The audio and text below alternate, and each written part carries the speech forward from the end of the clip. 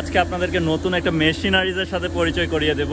আপনাদেরকে আমার ডেইলি ব্লগে স্বাগত জানাই। এটা হচ্ছে জমিতে বিভিন্ন রকম ভিটামিন দেওয়ার মেশিন। আমরা জানি যে বাংলাদেশে যেখানে 10 শতকে 10 মন বা 8 মনের মতো ধান হয়, এটা চায়নাতে কিন্তু দ্বিগুণ হয়। তারা উন্নত প্রোডাক্ট ব্যবহার করে, তারা হচ্ছে যে উন্নত রকমের বীজ ব্যবহার করে, তাদের উন্নত রকমের মেশিনারি ব্যবহার করে, তাদের উন্নত রকমের সব কিছু ব্যবহার করার কারণে কিন্তু তারা এইরকমভাবে অনেক ধান উৎপন্ন করতে পারে। সো আজকের সম্পূর্ণ ভিডিওটাতে আপনাদের বাড়িটার সহ সবকিছু তুলে ধরবো। So stay with go sir, daily enjoy. ঘুরতে গ্রামে চলে আসলাম, আর এখানে গ্রামের যে মানুষগুলো আছে দেখুন, এটা কিন্তু আগে নিচে ছিল, এখন উপরে তুলে ফেলা হয়েছে। এই কৃষকের জমি এটা।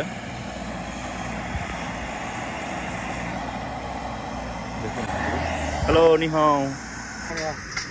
ওশি মাংজালাগো আরেন নিজিদো মাংজালাগো মাংজালাগো 양저大学学生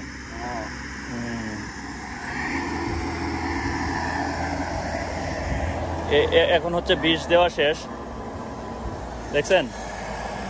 এই গাড়ি দিয়ে বীজ দেওয়া হয় এবং এটা দিয়ে হচ্ছে ধানও কাটা হয়। এটাতে কিন্তু অনেক রকম কাজ হয়। দেখেন এই চাকাগুলোও কিন্তু এরকম যে ধান গাছগুলো যাতে ক্ষতি না হয় এরকম ভাবে। উনি হচ্ছে ড্রাইভার।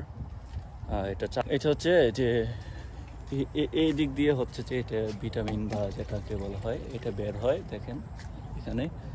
আর এটাতে হচ্ছে যে আপনি ধানও রোপণ করা যাবে এই গাড়িটা দিয়ে মোস্ট প্রবাবলি। আমি হচ্ছে ডিটেলস জেনে আপনাদেরকে আবার জানাবো। এটা দিয়ে আপনি ধানও রোপণ করতে পারবেন। ধান রোপণ করতে 보정? 아, 보정. 옷이 많이 지가 망자라고. 아, 어쩌라. আমি মেয়ে 망자라고। আর এদিকে দেখেন উনি হচ্ছে যে একদম বাড়িতে আসছে। ওদের গাড়িগুলো দেখছেন কত, এগুলো কিন্তু কম দামে পাওয়া যায়। যে সামনের গাড়িগুলো এগুলো কম দামে পাওয়া যায়, খুবই সেফ। উনি হচ্ছে যে বাড়ির মালিক।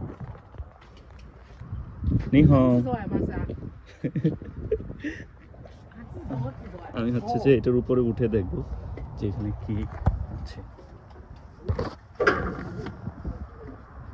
আর এই যে গাড়ি এইদিকে হচ্ছে যে এই মানে জিনিসটা ঢুকানো হয়।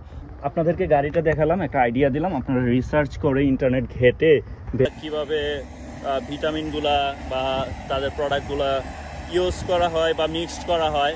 এখন আপনাদেরকে দেখাচ্ছি এই গাড়িটা কিভাবে চালনা করা হয়। এই যে দেখুন